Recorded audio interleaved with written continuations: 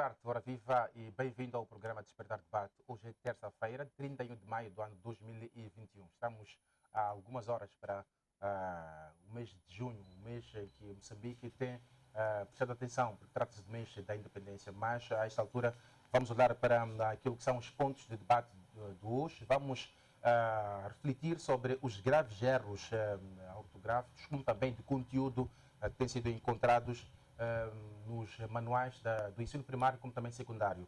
Há reflexões em torno disto, como também o Ministério da Educação e Desenvolvimento Humano veio a reconhecer no domingo a existência destes erros e também a perspectiva de procurar os possíveis infratores ou as pessoas que terão influenciado para que o conteúdo estivesse do jeito que está. O certo é que alguns manuais até antigos, fora dos que foram aprovados dentro desta questão da pandemia, também tendem a demonstrar erros graves.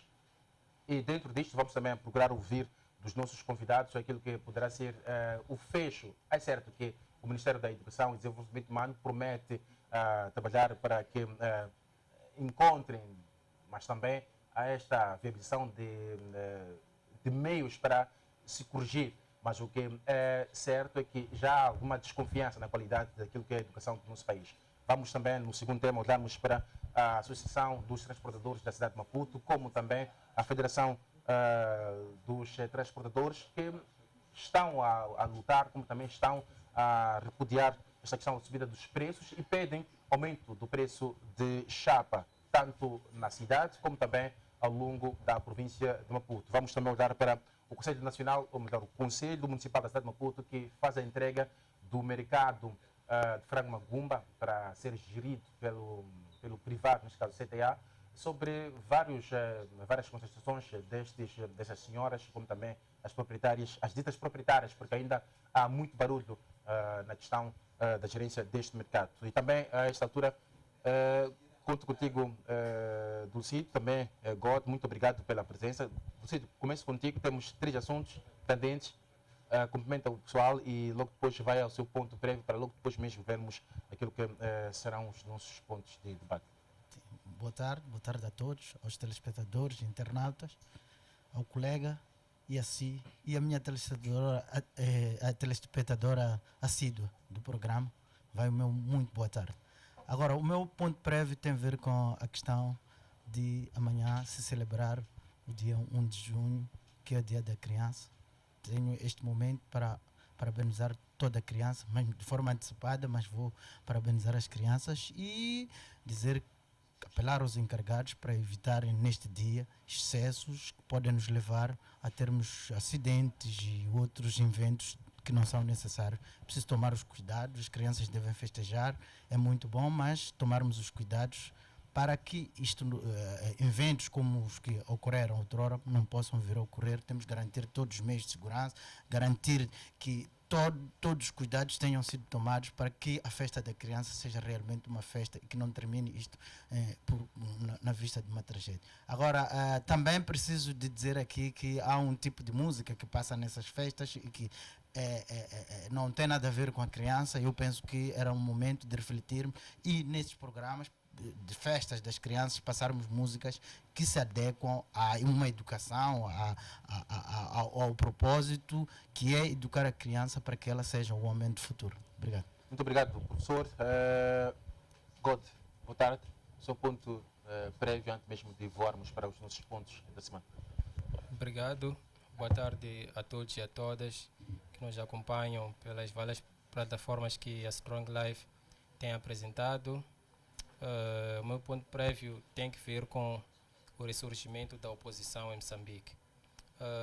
Estivemos atentos na semana passada em que a Renamo e o partido MDM, por meio da convocação de uma conferência de imprensa, apresentaram aquilo que são as suas visões sobre como melhorar o custo de vida, tendo em conta o aumento do preço dos combustíveis.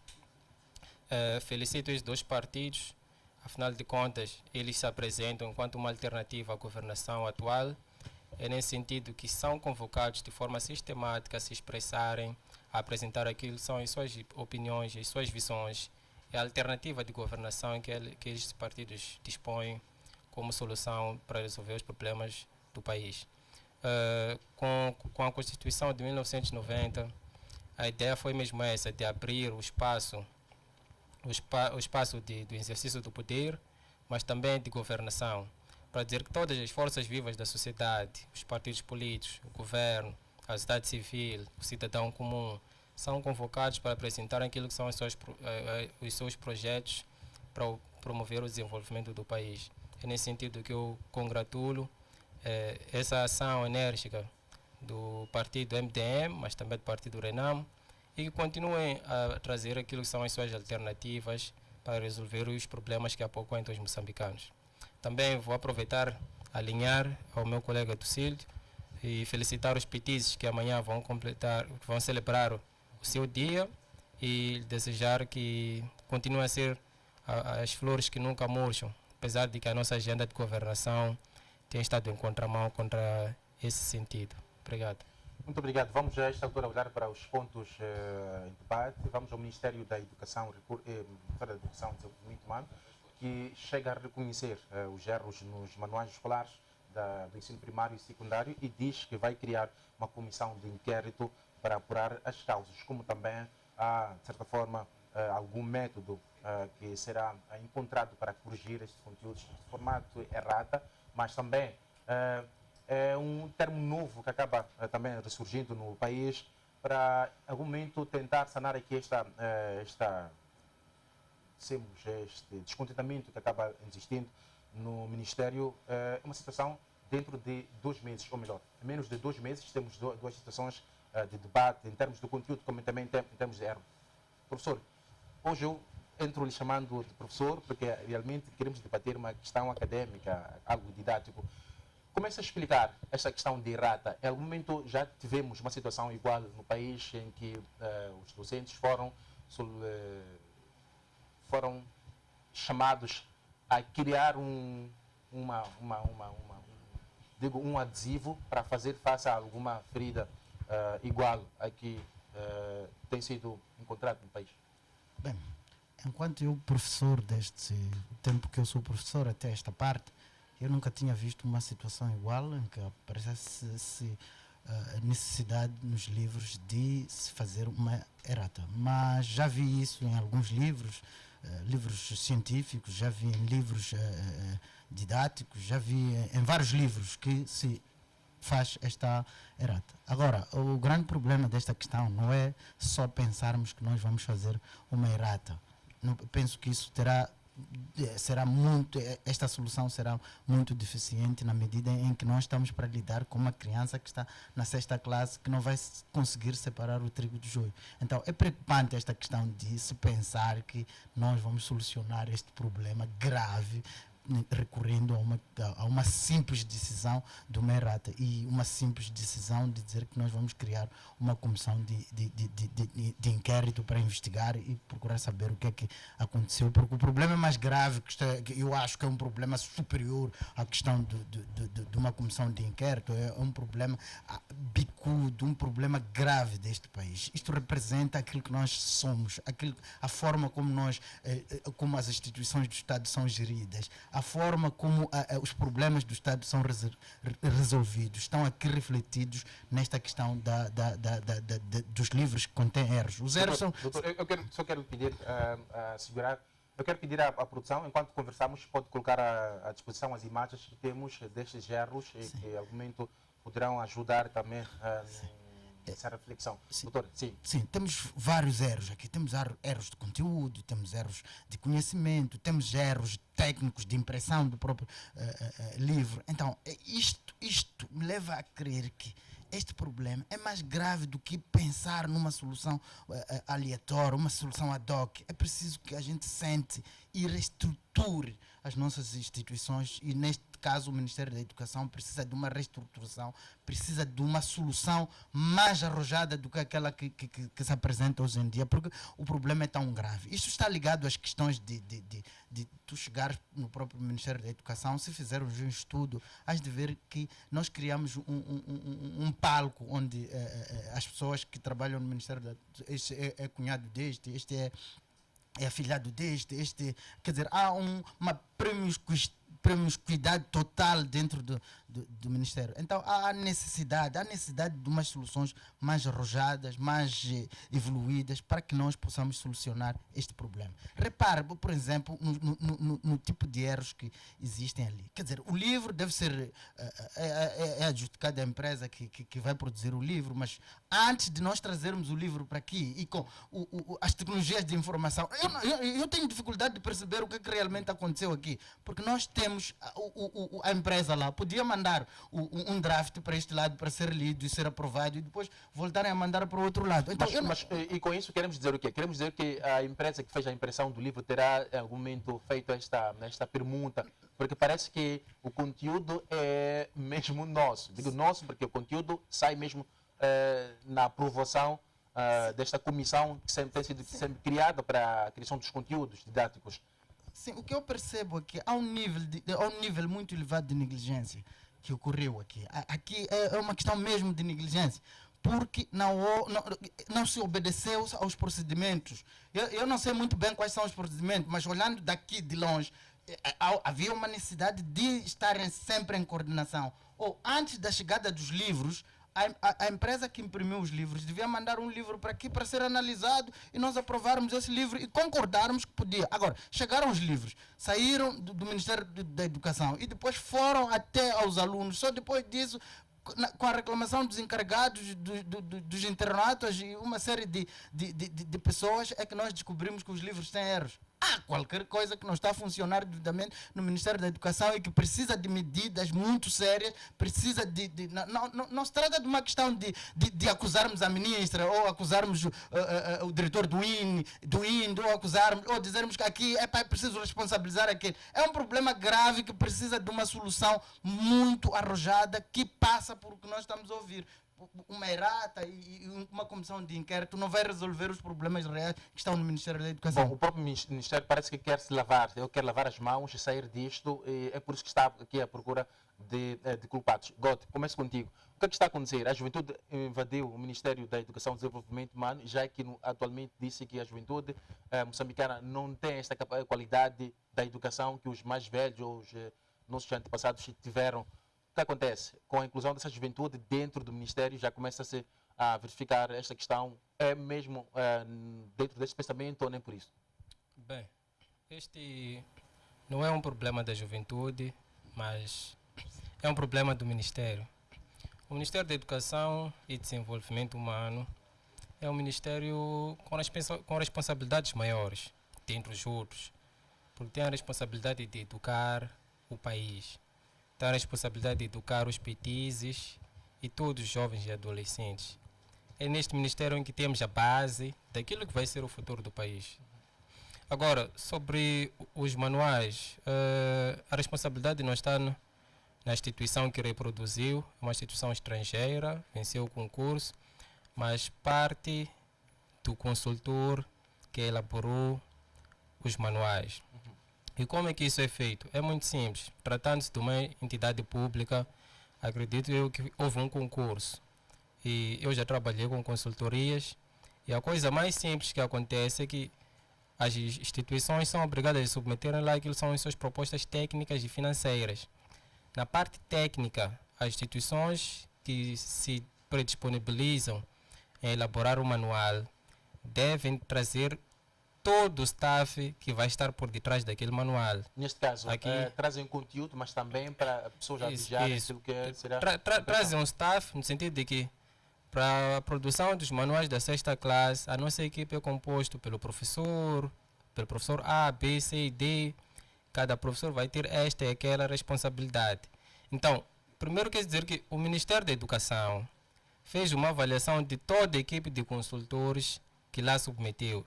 E disse que de todos isso, os melhores foram os selecionados que produziram aquele livro. Essa é a primeira parte. Agora, sabe-se que neste país não se vence concurso público sem corrupção. Não se passa da OGEA sem deixar alguma coisa por lá. Então, esse é o problema de fundo.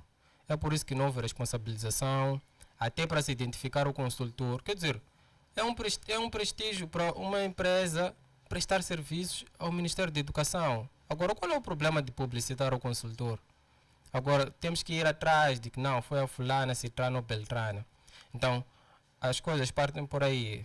A gestão intransparente desse país é que Só criou para não te cortar, há há isso. uma imagem que passava de uma matemática, talvez voltamos a ela, Uhum. só para deixarmos as coisas um pouco mais perceptíveis. Numa matemática como esta, estamos a dizer que 10 é igual a 5 vezes 3. É algo igual que uma enfermeira ou um enfermeiro pegue numa seringa, procure uma veia e acaba deitando aquilo que é a injeção fora deste parâmetro. Só para percebermos a qualidade e vamos chamar qualidade do erro. Esse tipo de erros são inadmissíveis, no mínimo. São inadmissíveis. Quer dizer, um estudante da 12ª classe sabe, no mínimo, fazer aquela equação. No mínimo, é o que se espera. Agora, que juventude, que população nós queremos formar nesse país? Essa é a questão que tem que se Nós estamos a levantar. dizer que o manual escolar tem sido aprovado, maior parte, pelos docentes das universidades. Os docentes da universidade, há sempre um conselho formado para a aprovação dos manuais, como também na elaboração dos conteúdos, como também a aprovação. Isso. Deve haver uma comissão que vai avaliar os manuais. Os manuais são produzidos pela equipe, são remetidos ao Ministério. O Ministério tem que dar um parecer, enviar lá para a sua comissão de inquérito, que é um INDE nesse caso. Mas estamos a dizer que todo este processo não foi acautelado como deveria ser. É por isso que estamos a ter os erros que temos. Há pessoas que assinaram e disseram que nós subscrevemos o conteúdo que está neste livro e foi deixado assim passar. Agora, à tona, é que estamos a verificar. Mesmo quando os livros foram enviados para a reprodução, já existiam esses erros. Para dizer que houve muito desleixo, perdão pela palavra, da parte do Ministério da Educação e já deveriam haver alguns responsáveis sobre isso. Agora, deixa-me tocar um pouco sobre essa questão da errata. A errata, eu não imagino uma criança da 6ª classe a saber o que é uma errata, porque mesmo nós, só quando já estávamos na 12ª, ou nível superior, é que começamos a trabalhar com isso. A errata não é para resolver questão de um parágrafo. A errata é só para uma letra, apenas uma vírgula. No lugar X tinha que ter uma vírgula, não colocamos. Isso vamos buscar na errata. Agora, esses livros, perdoe-me a opinião, mas devem ser tirados de circulação e serem reformulados o mais urgente possível. E, professor, não seria, olhando mesmo para aquela questão da observação dele, não seria talvez um outro problema nós já criarmos? É certo, o livro este ano chegou atrasado, mais de 5 meses de atraso no país. Chega no país atrasado, chega com erros graves. Teremos, se porventura entramos nessa linha de vamos devolver o manual, que tipo de qualidade poderemos esperar para este ano letivo? Sim, eu reconheci o esforço dos professores, aqueles que foram meus professores na época, que trabalhavam com os seus cadernos. Nós já tivemos momentos neste país e esse tipo de professores formou técnicos de qualidade que hoje existem aqui neste país. O livro é importante para ajudar no processo de ensino-aprendizagem, mas eu acho que não vale a pena é melhor encontrarmos esta solução do que manter o livro nas escolas e metermos lá uma errata que o estudante terá dificuldade de tratar desta questão. Mas um dos maiores problemas para mim não está aqui, porque nós temos que, neste país, deixar de tratar a educação com máquinas calculadoras, porque o que acontece nos últimos tempos é tratar as questões da educação com máquina de calculadora em cima. Ora, o professor tem que dar 5 disciplinas, o professor tem que dar 3 disciplinas, porque não há recursos para pagar salário aos professores. Isso é um assunto muito sério, a qual nós devemos tratar de outra forma. Só para dar um exemplo, quero dar um exemplo, estou a sair um pouquinho da sua pergunta, mas quero dar um exemplo. Nós, durante este período de pandemia, da pandemia para esta parte, não é? O que é que aconteceu nas escolas? Os alunos tiveram aulas, mas não se cumpriu os programas. E neste ano, só para tu veres como é que as instituições funcionam. Neste ano, nós estamos no mesmo ritmo, parece que não aconteceu nada, estamos quer dizer, o plano analítico, que era da 8ª classe, não foi completado porque não houve tempo suficiente para dar aulas aos alunos. Nós fomos para o plano analítico, levamos esse aluno que não teve as matérias da 8ª classe, levamos-o para a nona classe e chegamos lá, entulhamos só com matérias da nona classe. O que eu vi é que fui convidado para uma escola da minha filha para ir ver os resultados, e os resultados das crianças não são abonatórios. Não, mesmo com todo as características são peculiares ao sistema de educação, os resultados não são abonatórios porque as crianças não estão preparadas para ouvir aquilo que o professor de outra classe diz quando não teve os mínimos do conceito, os conceitos da classe anterior. Então, não há objetivamente interesse, a forma como nós trabalhamos, não há objetivamente um interesse de nós tornarmos um ensino de qualidade, porque, na minha opinião, se nós reconhecemos que não houve tempo suficiente para dar as aulas, era preciso ajustar os programas. É isto que acontece em todo lado. Mas a culpa de quem? É do professor, é do ministério, é da escola? É a situação em que nós trabalhamos. A palavra do chefe, a palavra do chefe nos serviços públicos é a mais importante do que os objetivos que nós estamos interessados em alcançar. Se o chefe diz que isto é azul, mesmo que você esteja a ver que é preto, tem que aceitar que é azul. É este o maior problema que nós temos nas instituições públicas. O cumprimento das ordens superiores, mesmo que essas ordens superiores estejam a violar as leis. Porque eu não percebo como é que um técnico não consegue reconhecer essa questão. E se aparecer alguém a avançar com esta ideia de que no ano passado não foram cumpridos os programas, então esta pessoa é vista como se não fosse do sistema. De que lado você está? A grande pergunta, de que lado você está? Você não quer o plano, você não quer cumprir com o plano quinquenal do governo. Quando nós estamos a criar médicos que vão nos dar injeções para nos matar, ainda não chegamos nesse nível, mas já chegamos no nível dos livros. Então, são estas questões que eu digo que precisam de ser reformulados e trabalharmos no sentido de cumprimento das metas. Agora, repare, eu ando preocupado porque como é que um superior hierárquico meu, por exemplo, eu apresento um resultado de que em período de pandemia eu cumpri o programa 100% e ele fica feliz.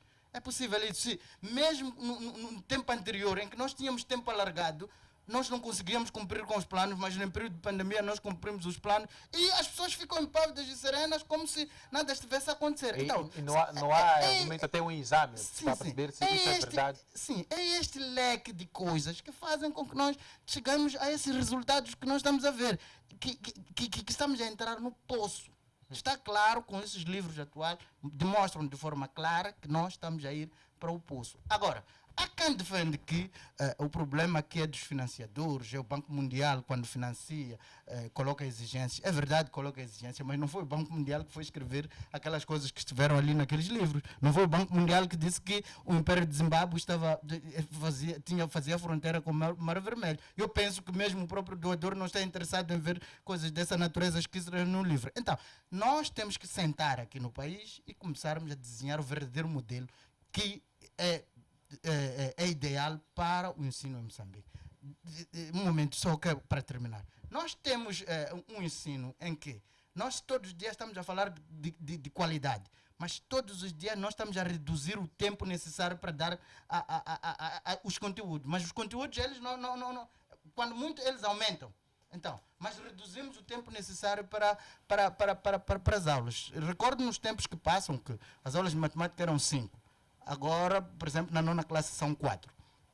E depois estamos a reduzir, estamos a introduzir cadeiras como empreendedorismo, agropecuária. Estamos a pensar que todo mundo nasceu para ser empreendedor, todo mundo nasceu para ser agricultor, todo mundo nasceu para saber computador. Porque, na minha opinião, nós devíamos pegar estas partes e passar a essas instituições privadas, as escolas talhadas para dar este ensino e colocarmos as matérias necessárias, aquilo que deve estar dentro do ensino básico, e nós estarmos a dar estas matérias e tempo necessário para que os estudantes possam assimilar. Agora, nós de ano em ano estamos a reduzir esse tempo e as coisas ficam como nós estamos a ver. O resultado é este e é mau. Vamos tentar refletir e sairmos dessa se estivermos interessados, porque a situação não está boa. Não está boa para mim como encarregado de educação, não está boa para mim como professor, não está boa, acho que para o próprio governo não está bom para ninguém. Então vamos tentar refletir e olharmos que tipo de educação queremos, ao invés de estas coisas que nós andamos a ouvir aqui, é preciso responsabilizar. Isso está mal, não é um problema apenas daquele que... Mas uma questão para sair do problema e algum momento ver o nome assim limpo. God, ao avaliar esta questão da influência dos patrocinadores, dos que sempre cooperam para que a gente tenha o livro no país, tirar Moçambique da África Austral para uma outra esfera do continente, realmente matar o país. Devemos ou não continuar nesta vertente? Bem, é matar o país, é matar os petizes que estão lá a receberem verdades de forma sistemática. O engraçado é que quem descobriu esses erros nem sequer foram os professores, mas foi a sociedade em si, que demonstra que estamos a ter uma sociedade mais consciente e que desperta. Ou melhor, os professores descobriram, mas tiveram medo de se pronunciar, como dizia o Dulcídio. A questão das ordens superiores, bem, tem vindo a estragar o país, à medida em que, no lugar de promover, estão contra o interesse nacional. E o interesse nacional do Estado é promover a educação para todos e todas as crianças. Agora, sobre essa questão dos doadores, os doadores estão preocupados com a transparência no seu mais alto nível. Estão preocupados com a transparência, que os concursos sejam feitos de forma limpa, apesar de que nós, enquanto moçambicanos, temos conseguido triplar. Quando digo nós, digo estão em frente do poder. Então, é caricato quando temos erros como esses a passarem à luz do dia, e o Ministério da Educação veio... Bem, primeiro felicito porque conseguiram dar a cara, mas o discurso da porta-voz foi todo ele inglório, não conseguiu estar diante das câmeras e responder o que deveria responder, não assumiu a culpa, jogou a culpa toda no consultor. Mas a culpa, acima de todas as coisas, é do próprio Ministério da Educação, porque é o Ministério da Educação que requisitou esse tipo de serviço. Ali há erros graves, Eu, voltando para a questão da errata, não acho que uma errata venha a conseguir resolver aquela questão de termos uma Assembleia Nacional da Angola, no lugar de uma Assembleia Nacional, de uma Assembleia da República daqui do país. E me leva a questionar, afinal, quem são os que elaboraram esse documento? É realmente um debate acesso que levanta-se. Por quê? Porque não é possível aceitarmos numa ideia de terem sido docentes. Mas não tenham sido docentes de algumas faculdades do país, mas alunos também da 10ª classe, em algum momento, num consenso lúcidos, conteúdos iguais não saem. Não é possível. Não é possível que sejam docentes. A ONP apareceu a se pronunciar e a reivindicar a exclusão no processo da elaboração dos manuais. A quem beneficia essa exclusão? Temos que levantar essa questão. Os ministérios são órgãos técnicos, mas também são políticos. Então não podemos tirar a parte política nesse caso. A quem beneficia a exclusão da ONP, da classe trabalhadora, que só quer participar do processo da elaboração de um manual. A quem beneficia? Qual é essa empresa? Quando é que foi constituída? Qual é a experiência que tem de elaboração de manuais? Então, há muita coisa por apurar. Prometeu-se uma comissão de inquérito. Bem, eu estou feliz por isso, mas se eu dissesse que espero alguma coisa positiva, nesse caso, estaria a ir contra a minha própria Bom, razão. o Ministério avança uma comissão de inquérito independente. Mas a grande pergunta aqui é, a opinião pública coloca, de certa forma, a cabeça da Ministra da Educação. Seria esta forma melhor para proceder? Sim, ela tem responsabilidades como o expoente máximo do Ministério da Educação, mas a ministra não vai estar em todo o sítio para ver o que é que acontece neste departamento, o que é que acontece neste. O maior problema desta questão está ligado aos, como é que vou dizer, os cartéis, aos raízes, em algum momento. Não, as amizades internas dentro das instituições públicas. Porque quando nós nos tornamos amigos dentro da instituição pública, fica difícil cobrar responsabilidades. por exemplo, se eu fiz de tudo para que o meu afilhado, vamos supor, o meu afilhado entre para o sistema e ele está a trabalhar aqui perto e eu lhe passo, ou é responsável por rever o livro, não é? Então, se ele, por exemplo, não fizer uma revisão à altura do que se deseja, o que é que eu vou dizer? Imagine que eu é que facilitei. Ele entrou e depois ele fica o meu superior. Será que ele vai me exigir no futuro? Quando eu não estiver a fazer o que está certo, ele vai me exigir as responsabilidades. Então, temos isto dentro das instituições públicas. Não? O Ministério da Educação não está fora deste país, é parte deste país. Então, é isto que está a minar, que nos leva a esse nível de negligência, porque aqui houve muitas partes, houve muita gente negligente que esteve ali. E a negligência dá direito às suas punições. Não, se eu sou professor, estou a dizer isso, qualquer dia eu de chegar lá no serviço e encontrar que eu de ser punido, mas a coisa está clara, não fui eu que fui escrever os livros, não fui eu que fui dizer, mas espero que qualquer dia de vir alguém lá me perguntar, olha, Dulcido, por que é que você foi lá na televisão dizer o que está a dizer? A coisa está errada, temos de sentar e procurar mecanismos de resolver o que está errado e os próprios governantes, a própria ministra, tem que sentar a fazer uma reflexão muito séria, uma reflexão séria que não exclua ninguém neste processo. Esses processos devem ser transparentes, do conhecimento de todo mundo, para que a gente esteja numa situação de estar a ajudar a encontrar soluções. Porque há muitos moçambicanos, nesta altura, que são desprezados porque têm uma opinião diferente, mas que poderiam dar um input a este país. Então, vamos sair disto. A educação não pode ter, primeiro, cores partidários, não pode ter cores religiosas, não pode ter... Vamos todos trabalhar juntos para que a educação seja um sucesso. Até aqui, 2022, a educação falhou. Esses novos currículos todos, vamos assumir que falharam e sentarmos, refletirmos e avançarmos. Mas a pergunta que preciso, professor, estes erros não serão erros antigos? Ou melhor, se formos a pegar manuais antigos, não poderíamos encontrar situações desastrosas como essas? Sim, erros existem. Onde as pessoas estão a trabalhar, há sempre alguns erros, mas erros deste nível tem a ver com as nossas decisões que nós estamos a tomar mais ou menos de 2003 para esta parte, com todo as políticas de educação que estão a ser experimentadas, tudo isso é que nos leva a erros deste nível.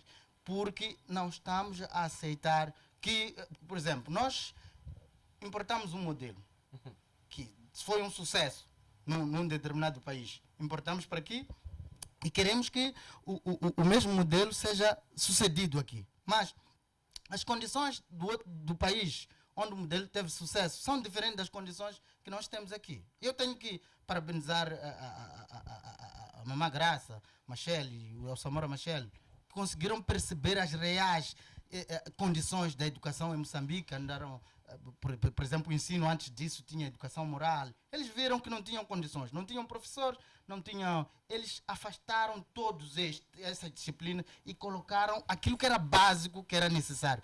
Acho que nós temos que encontrar uma forma de voltar para esta situação e sermos um pouco sérios. Mas quero te dizer uma coisa. Outra coisa é que nós temos muitos desses que assumiram as responsabilidades nos ministérios, é muita parte, que eles não fizeram as suas licenciaturas. As suas licenciaturas foram feitas pelos mais novos. Ele chegava lá, colocava um budget em cima da mesa, meninos, façam um trabalho, eu estou bem, chegava o dia do teste, copiava e era dado. Quando ele vai, não tem os elementos suficientes para tomar as decisões. Quando ele vai para aquela mesa onde ele tem que tomar as decisões, não tem os elementos suficientes para ele tomar as decisões que tem que tomar. Então tem que dizer que é possível, nas condições em que nós estamos, termos aprovações de nível de 100% em Moçambique, o que é bastante difícil. Então, toda a conjuntura é que faz com que nós tenhamos os resultados que nós estamos a ter. Então, é preciso, volto a repetir, é preciso sentarmos de forma calma e pensarmos naquilo que queremos. Agora, a ideia... Tá. Mas pode terminar. Sim, a ideia de que... Mas também há uma outra situação que talvez podemos levantar. Esses parâmetros, os caminhos e as linhas que fazem um estudante do ensino primário, secundário até a faculdade. Alguns dizem que Moçambique é o país que mais perde tempo, ou melhor, acaba retendo as pessoas na escola, a fazer uma repetição da mesma coisa em termos de conteúdos e chega-se no final uma licenciatura, não há qualidade nenhuma. Sim, Jaime, eu quero te dizer o seguinte, se as turmas nas escolas fossem turmas de 50 alunos e pedisse ao professor que produzisse um resultado muito próximo de 70% ou 80%, eu acho que o professor iria conseguir fazer isso. Agora, tu entras numa sala, tens 90 estudantes numa sala, não tens por onde passar para ver se o aluno realmente está a fazer aquilo que é a recomendação Então, que foi dada. Os docentes terminam o semestre ou Sim. o ano sem conhecer. Jaime, em alguns momentos tu vês o erro que a criança está a cometer, mas tu não tens tempo para aproximar ao estudante, porque não há espaço para aproximar ao estudante e ver o que é que ele está a fazer. Tu só percebes os resultados no dia que estás a corrigir o teste. Tu vês, essas crianças não perceberam nada. Mas mesmo assim não tens muito tempo para recuar para dar aquelas matérias. Porque na folha também de avaliação de desempenho, vem que, quer dizer, tu tens um resultado, a sua avaliação de desempenho depende do cumprimento do programa. Se você ficar ali a dizer que está a procurar espaço para explicar mais uma vez os alunos, tu estás a atrasar na hora da avaliação de desempenho, tu vais ter problema. Quer dizer, há muita coisa aqui que nós temos que trabalhar para ver qual é a melhor solução. Se vale a pena nós termos 90 alunos na sala e aparecerem 2 a aproveitar alguma coisa, ou vale a pena nós termos 50 alunos na sala e que podemos ter uma percentagem de 50%, porque eu, na minha história de professor, nos primeiros anos, era possível, as turmas tinham 60, 55 alunos, 60 alunos, e nós produzíamos um resultado acima de 50%. Hoje em dia, o resultado que se produz é bom, aquele que nós estamos a ver, mas na verdade aquele resultado não representa o que se produz na sala de aula. A prova está aqui, que um livro foi escrito com tantos erros, que foi escrito acho que no mínimo tem nível de mestrado, o livro de história, o mínimo tem nível de mestrado, a pessoa que escreveu aquele livro, tem tantos erros que nós estamos a ver. Não fomos capazes de rever a tempo o livro para eliminar aqueles erros. Então, isto vem por tabela e vem desembocar aqui. Porque não há espaço. Nós estamos a assumir que vale a pena termos muitos alunos na sala e ninguém deve perder o ano letivo, mas nós estamos a produzir o que se deseja. Agora, se nós tivéssemos 50 alunos, eu acredito que os resultados haveriam de aparecer. 50, 60 alunos, os resultados haviam de aparecer e no nível de 50%. Aqueles que forem necessário reter, vamos reter, porque não vale a pena. Este país tem uma história de anos atrás, de uma atleta do atletismo, que muitos jornalistas vieram aqui dizer que ela atingiu os mínimos, nós forçamos os mínimos. Depois chegamos lá nas Olimpíadas, que indivíduos disseram, não, este aqui não atingiu os mínimos. Mas a imprensa aqui neste país foi capaz de dizer que ela atingiu os mínimos, acho que era de natação ou do atletismo, atingiu os mínimos e tal. O estudante também tem que atingir os mínimos, e se não atinge esses mínimos, não pode passar para lá. Eu me recordo, quando eu era estudante ali na Universidade de Eduardo Mondlane, tinha um professor ali de macro. O professor era terrível, nós chumbávamos a cadeira com 8 valores. Agora vi uma pauta que ele colocou ali, vi que os estudantes não chegam a 5 valores.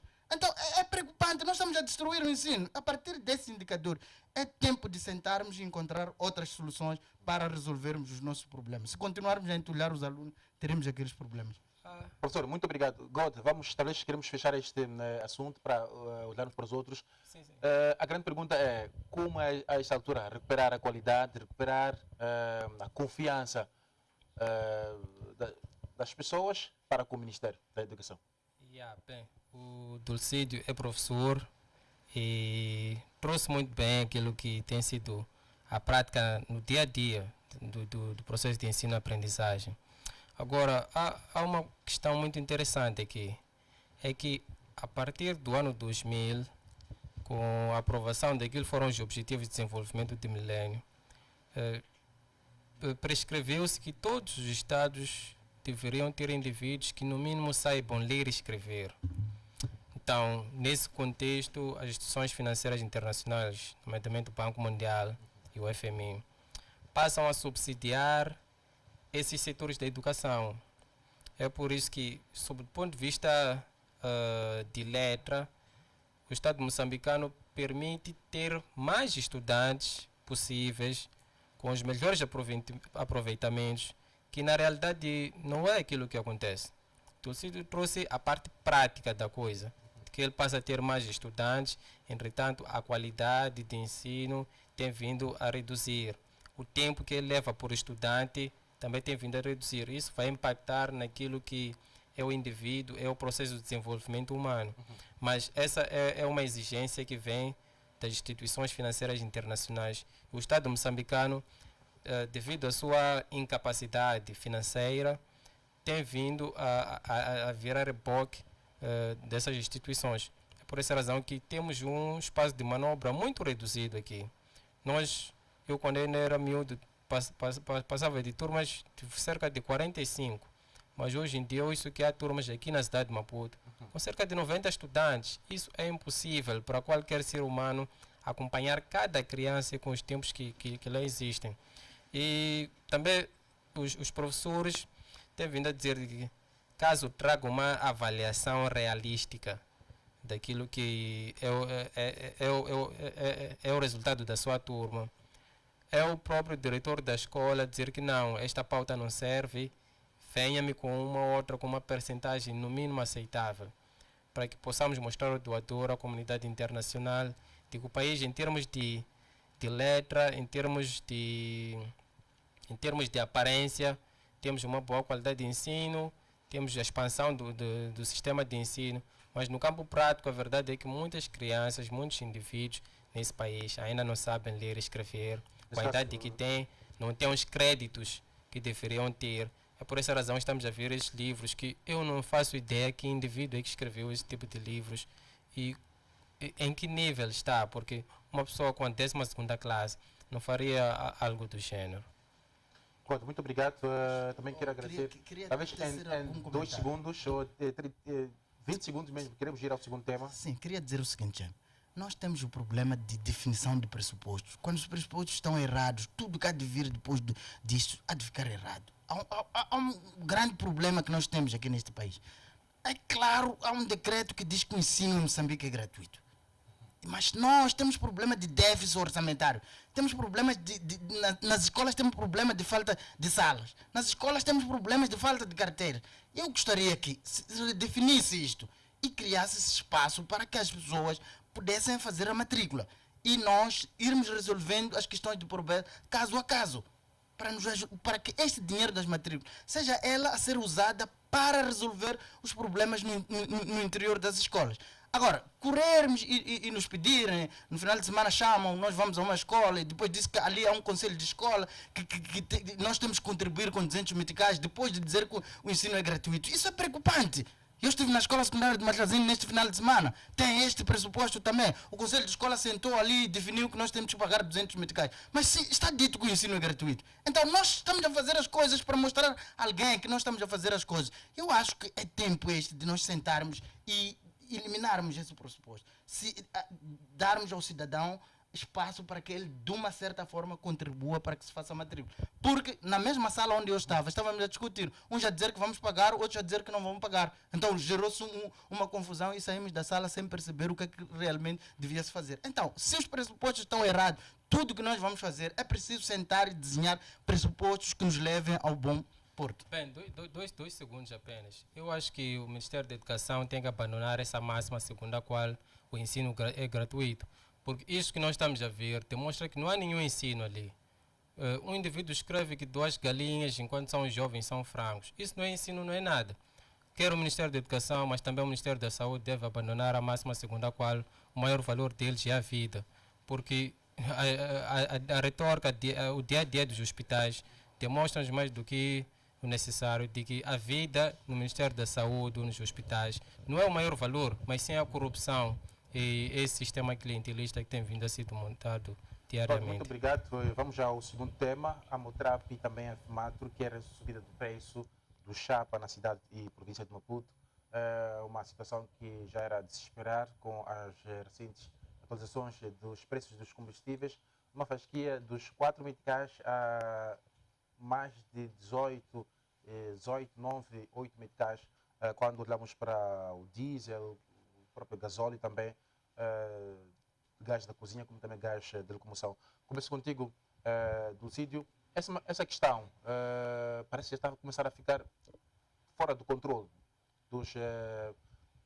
das autarquias como tal, porque as manifestações vão acontecendo nas cidades ou nas autarquias e as respostas são realmente exigidas, ou melhor, os manifestantes querem respostas nos governos municipais. Esses governos municipais parece que também não têm muita coisa a oferecer, senão adiar, enquanto isso ficam à espera do governo central. A esta altura, o que é que se pode dizer? Qual seria a melhor forma de proceder? A situação hoje chegou à cidade de Maputo, mas ontem também houve uma grande avalanche na cidade da Beira, continua até hoje. Uma situação que os municípios, ou melhor, os governos municipais não estão a conseguir conter isto. Sim. Tudo isto está ligado àquilo que eu sempre tenho estado a defender. A nossa economia tem problemas estruturais muito sérios e a forma como a gente faz as coisas, a forma como a gente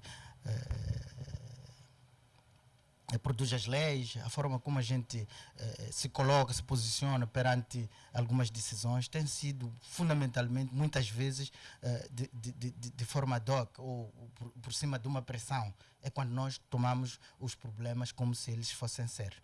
Mas a questão do transporte é muito sério e eu penso que os transportadores também têm a sua razão no meio de tudo isto, porque os preços dos combustíveis, nós vimos há poucos dias a subida desses preços.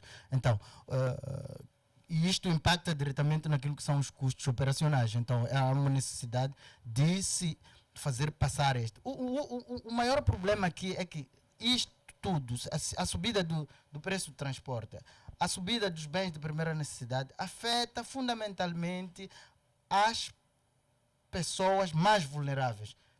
Aqui na cidade de Maputo, as famílias urbanas mais pobres é que vão se ressentir desta situação, porque nesta altura, se o indivíduo vive, por exemplo, em Maracuene para chegar ao serviço, normalmente, dificilmente ele consegue arranjar um transporte que leva de Maracuene diretamente para aqui. Então tem que apanhar um chape, desce um desempeto e do desempeto apanha outro, chega aqui na baixa. E a trajetória é esta. Então, vamos supor que este indivíduo por dia gaste aproximadamente 60 meticais. Mas chega a 100 meticais. Vamos por 60 meticais, 22 dias de serviço, isso dá 1.200. Um indivíduo que recebe um salário mínimo na ordem dos muito menos dos 5.000, então nós estamos a ter problemas sérios. Então essas famílias serão afetadas, há uma necessidade do governo olhar com atenção. Agora as autarquias não têm por onde andar sobre esta situação, porque elas também estão apertadas, não estão numa situação de folga em termos de... Este é um problema nacional. Sim, mas as autarquias podem também negociar com o governo e encontrar meio termos apresentando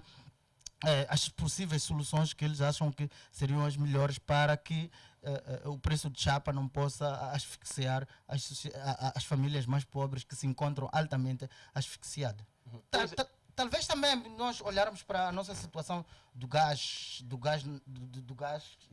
que se produz em Temane para trazermos mais transporte. Esse gás também que está a conhecer uma subida estrondosa. Sim, já questionava o Dr. Muxanga que este gás parece que também vem da Rússia. Sim, mas o problema aqui é a questão de nós estarmos sempre a olhar para fora. O mercado internacional está a subir os preços. E não olhar também procuramos nos internacionalizar. Sim, e não olharmos para a forma como nos posicionamos estrategicamente internamente. Porque aqui, na questão da subida dos preços do petróleo, há fatores externos, mas também há fatores internos. E há fatores internos ligados à forma como nós gerimos o país, que são o elemento fundamental para que haja muita, quer dizer, que a subida do preço do petróleo, assim como do chapa, que por tabela vai subir. Então, estes todos os fatores internos, é nestes que nós devemos trabalhar mais e encontrar as melhores soluções aqui, porque em relação ao exterior, nós temos que nos adaptar. O ambiente externo, nós não podemos o influenciar. O que nós podemos fazer é nos adaptar. Agora, o que é que a gente faz com o gás que é nacional para minimizar a situação? É este debate que nós devemos ter e devemos encontrar. Eu penso que se os transportadores tiverem a possibilidade de trazer carros que funcionam a gás, o Estado também ajudar esses transportadores a trazerem esses carros que funcionam a gás. E há uma questão também de incentivos. As empresas que fornecem o serviço de transformação da utilização da gasolina para para o gás. Se nós pudéssemos dar incentivos a essas empresas para que o custo daquela transformação fosse baixo, acho que muitas pessoas iriam aceder e aumentar os postos de abastecimento para que não haja, quer dizer, em pleno momento de trabalho, as pessoas tenham que ficar sem o combustível. Então, há uma série de medidas que devem serem tomadas. Uma delas é aumentar os postos de abastecimento do gás. Outra é esta dos incentivos às empresas que fornecem aquele serviço. Isso ajudaria a reduzir. O certo é que os moçambicanos não acreditam que o gás é nosso, porque compramos muito caro ainda. Vou contigo. Os transportadores estão a pedir e avançam algumas propostas. 3 meticais seria talvez até este momento um plano satisfatório. Estamos a falar dos 12 meticais atuais para os 15 e dos 15 meticais para os 18. É explicável? Bem, se formos a analisar assim de forma simples, podemos dizer que é explicável, mas sabe-se que no setor de transportes há muito oportunismo. Então, não pode ser dessa forma. O consumidor final não pode ser sempre o lesado por este serviço. Porque esse serviço, para além de beneficiar o consumidor final, beneficia quem presta serviços, mas também beneficia a todos que residem na urbe. As coisas devem ser avaliadas dessa forma. Então, não se pode, se sobe o preço de combustíveis, automaticamente está a subir o preço de transportes. Outra coisa é que nós temos visto que quando o preço de combustíveis, porque as commodities internacionais, o mercado é volátil, às vezes sobe, mas também baixa de forma escalosamente. Quando baixa, nunca vimos que os transportadores vão reduzir o seu preço. Então, para dizer que a principal causa que leva os transportadores a aumentarem o preço dos combustíveis é somente a necessidade de maximização do lucro. Eu, finais do ano passado, participei de uma campanha de advocacia na qual submetemos uma petição no Ministério dos Transportes e Comunicações pedindo para participar do processo da negociação da subida do preço dos transportes submetida pela FEMADRO, na qual o ministro até chegou a posicionar-se a favor da nossa petição, no sentido de que parou, porque eles pediram para subir o preço no mês de dezembro, que é um mês de muita volatilidade, de muita movimentação de pessoas e bens. Temos muitos moçambicanos a irem para as suas zonas natalícias. Então, o ministro, de forma inteligente, chegou a barrar essa intenção da FEMADRO, porque os preços que lá estavam colocados eram exorbitantes, eram por demais exorbitantes. Agora, os governos municipais, eu entendo as suas reticências nesse caso, porque estamos próximos do período eleitoral. Com a aprovação da descentralização, os governos municipais têm autoridade, têm autonomia de autorizar a subida ou não dos transportes a nível urbano. Mas estão reticentes porque também há um eleitorado que é a maioria da população que aceita esses serviços. Então, a subida descontrolada nesses setores pode implicar naquilo que é a escolha do voto. Então, nesse período eleitoral, temos que analisar também essa variável. Agora, outro ponto é que o Estado moçambicano ele deve basear-se num sistema de governação transparente. Ouvimos por aí que o combustível, o litro chega aqui a 37 meticais, mas nas bombas está a ser vendido a 90 e tal meticais. Como é que esse processo chega a esse nível? Por que que o combustível sobe de forma galopante nesse ponto?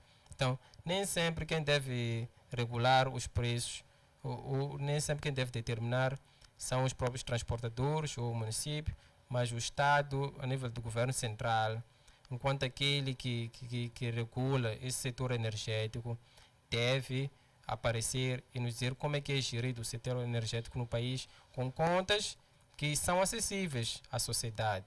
São acessíveis à sociedade. Agora, o meu colega Dulcídio tocou aqui a questão do gás.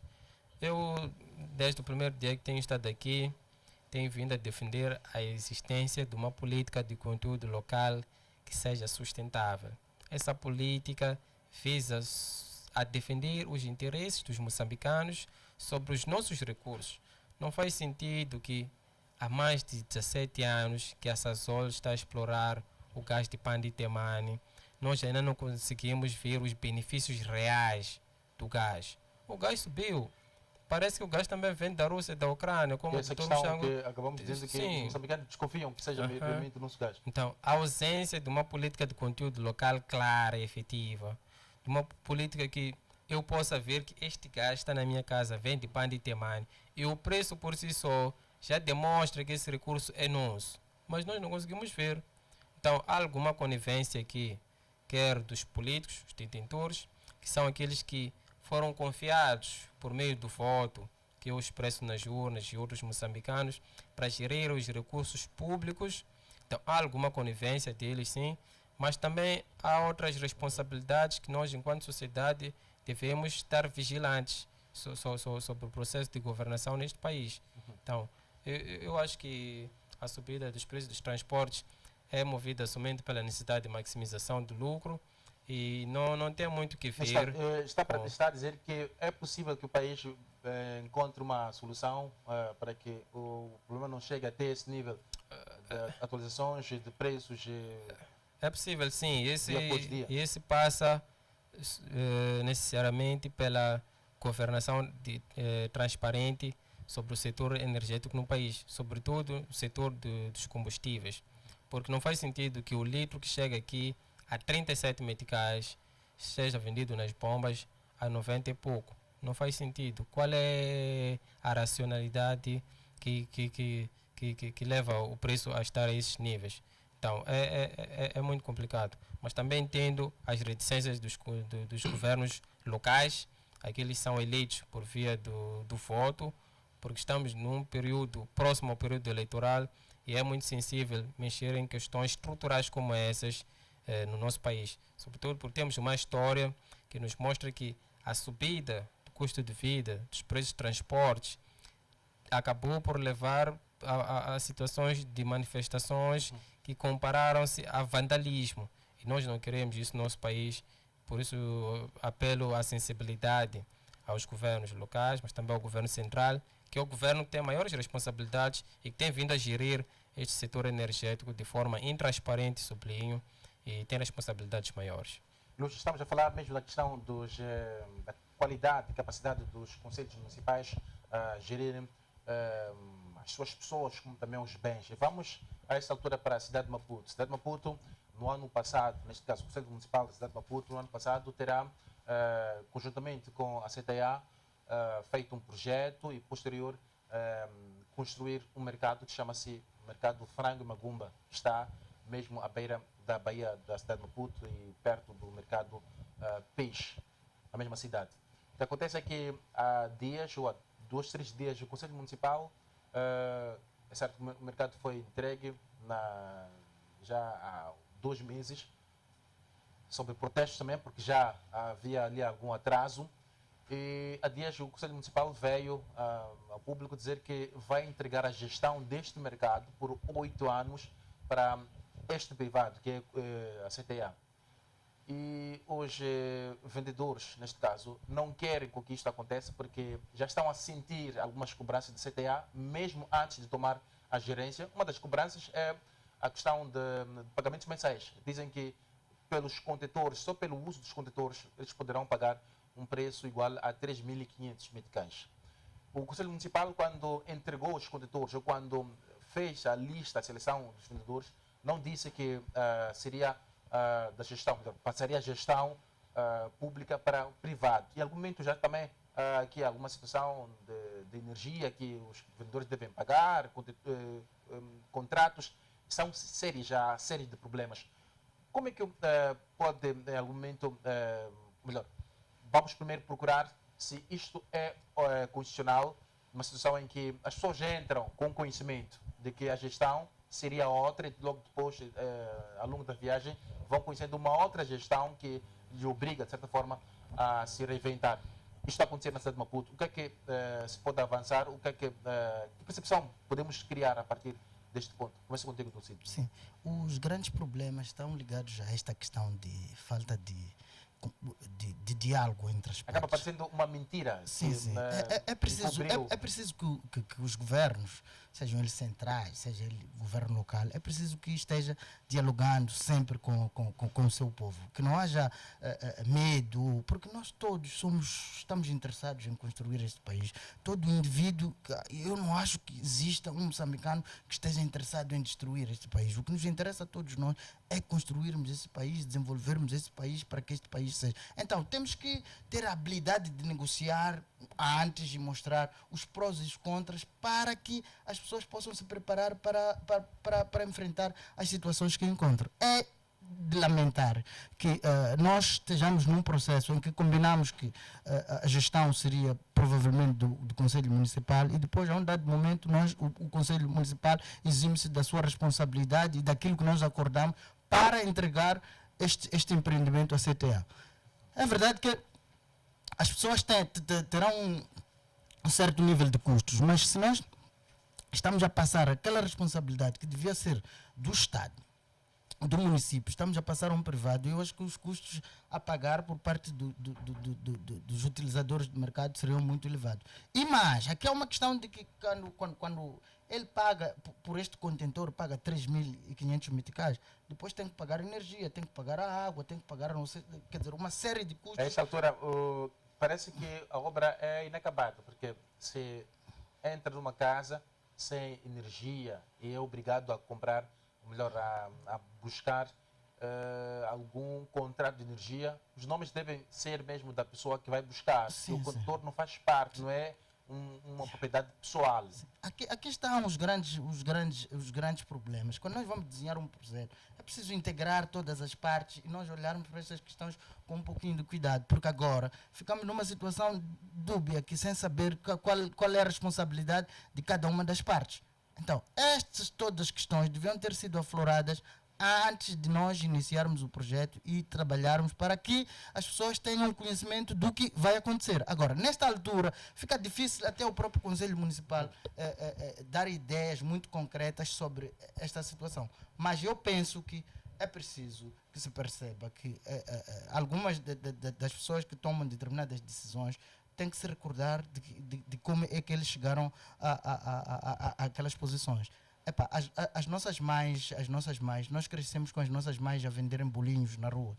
Então, eu fico preocupado quando vejo um polícia camarário que conheço e que cresceu nas mesmas circunstâncias a arrancar um produto de uma senhora que faz tanto sacrifício para ele sentar às vezes num sítio com sol e depois é arrancado os seus produtos. Isso me preocupa bastante. Então, nós temos que trabalhar como sociedade e reconhecer que aquelas pessoas que vendem naquele mercado de Magumba estão ali desde há anos. Quase que aquela é propriedade do Estado, mas quase que as pessoas que criaram aquele mercado foram aquelas pessoas. É preciso que se respeitem e se dê alguns direitos a essas pessoas. Então, e o Conselho Municipal tem que entrar. Se quer passar isto para o privado, é preciso que lhe dê ao privado, mas coloque os patamares dos preços a aplicar de modo a que as pessoas que possam ter algum rendimento que lhes ajude a criarem os seus filhos, que lhes ajude. Porque o que se vê em Moçambique, a cada momento que o governo tem dificuldades orçamentárias, ele procura inventar taxas, procura inventar qualquer coisa para sobretudo, colocar as famílias numa situação muito penosa. Então, temos que todos, o governo tem que assumir as suas responsabilidades, carregar uma parte do fardo, depois passar a outra parte do fardo às famílias. Agora, eu não concordaria muito que se passasse isto a uma entidade privada. Devia ser como se faz com os mercados, que é o próprio Conselho Municipal que tutela a gerência desses mercados. Eu penso que esta seria uma melhor solução. Quando vamos olhar para isto, o que acontece é que o financiamento total a 100% foi da CTA, um valor de 73 milhões de meticais. E parece que a CTA, em algum momento, terá usado o município da cidade de Maputo para fazer o mercado, melhor que construir o mercado, e o Conselho Municipal, com a intimidade que já tinha construído com estes vendedores, a Frama, são senhoras que vendiam os seus produtos, vendiam frangos e magumba ao longo da Baía de Maputo. e foram reiterados, e a promessa foi mesmo fazer esta questão de reinventar-se e depois estão no mercado. A CTA terá se camuflado, terá usado o Conselho Municipal para o efeito e a esta altura está mesmo a reaparecer. O que é que se pode dizer, na verdade? Bem, vou analisar os três grupos, o CTA, o Conselho Municipal, mas também a Associação dos Vendedores daquele espaço. Aquelas senhoras que todos nós conhecemos estão lá há bastante tempo e todo mundo sabe que as magumbas, que é um peixe local, e a chima é feita por elas há muito tempo. E o Conselho Municipal apareceu com a CTA exclusivamente a dizer que não, esse espaço vai ser melhorado, mas está a ser melhorado a bem das senhoras que lá prestam suas atividades. Então foi nesse pressuposto que foi construído aquele espaço com financiamento da CTA, mas nós estamos a ver que está-se a mudar as regras do jogo dentro do próprio jogo. E essa mudança das regras do jogo não tem em vista melhorar os atores participantes, mas busca sobretudo penalizar as senhoras que já estavam naquele espaço. O espaço foi melhorado, foi modernizado, houve algum investimento, sim, mas essa melhoria busca sobretudo excluir. Há um elemento muito básico sobre a boa governação, que nós dizemos que a boa governação tem que ser transparente e tem que ser inclusivo. E a vantagem de uma governação inclusiva é que, ao permitir a participação de todos sobre a gestão da coisa pública, também promove a partilha de responsabilidades. Com isso quero dizer o quê? Que a inclusão desses três atores irá promover a partilha de responsabilidades, quer das mamanas, mas também do CTA e do Conselho Municipal. Mas o que estamos a ver é que o espírito da inclusão foi abandonado. O Conselho Municipal está a sair do jogo. O Conselho Municipal está a tomar ações que não são benéficas, que são contra os princípios da boa governação e que não estão a bem dos moçambicanos e dos municípios, sobretudo. Então, é nesse contexto que essa mudança dos atores principais, dos gestores daquele espaço, que acaba sendo penosa. Agora, eu não tenho dúvidas de que, se for questão de fundos, as senhoras estão lá a venderem, podem muito bem ressarcir os fundos que foram necessários para a implantação daquela infraestrutura. Mas isso vai depender de acordo com os negócios, tipos de prazos que vão ser lá expostos. Mas a CTA não está a jogar aqui com boa fé e é importante que isso se frise. E tomando em conta que este mercado ainda não foi terminado, acontece Não. que dentro dos condutores ainda não há o sistema frigorífico, como tinha sido prometido.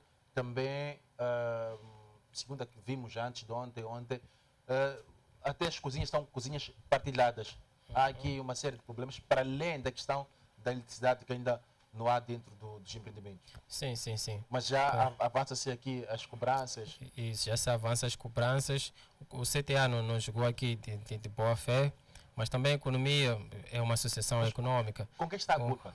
CTA ou Conselho Municipal da cidade de Maputo? Não, o gestor dos espaços urbanos neste país, neste município, é o Conselho Municipal. É ele que tem responsabilidades maiores sobre aquele espaço, que os vendedores já estavam lá bem antes. O que nós estamos a ver é que é uma tentativa de remover aquelas senhoras daquele espaço, que é um espaço de negócios, está na praia, é uma zona turística, e as associações econômicas, por verem que as mamanas que já estão lá, já o seu tempo já passou, segundo o CTA, acham ou recorreram todas as formas maléficas para as removerem. E essa é uma delas. E espero que quem de direito, sobretudo o gestor máximo do município de Maputo, que possa impor a mão sobre isso. Mas se ele é o primeiro a entregar esse espaço, mostra-nos também alguma conivência. Também temos que saber que a elite política deste país também é a mesma elite econômica. Então, se o político diz que estou a passar isso para a elite econômica, Em outras palavras, está a dizer que está a passar a si mesmo. Ele é parte do problema, nesse caso. Então, é muito complicado e as senhoras que estão lá, espero que o assunto seja resolvido da melhor forma e, em todo caso, que possam recorrer às instâncias superiores, incluindo o provedor da justiça, que está lá para prover justiça aos cidadãos mais carenciados. Obrigado. Dulcito, queremos fechar esse assunto. Uma última pergunta, talvez de reflexão. As senhoras dizem que se a questão permanecer da forma que está, o município ainda continuar nessa paradigma de querer entregar a gerência do mercado à CTA, elas vão abandonar e vão voltar para o lugar antigo. O lugar antigo falamos da praia da Costa do Sol. E se isso acontecer, teremos mais um monstro sem lucro e mais um empreendimento abandonado na cidade de Maputo. Sim, eu penso que nós, como país, não Há precisamos... como evitar isso? Sim, sim. Eu penso que nós, como país, não precisamos chegar aos extremos. Precisamos ter capacidade de encontrar o common ground, a plataforma comum, onde nós podemos sentar e discutir os nossos problemas e conseguirmos soluções que sejam benéficas para todas as partes.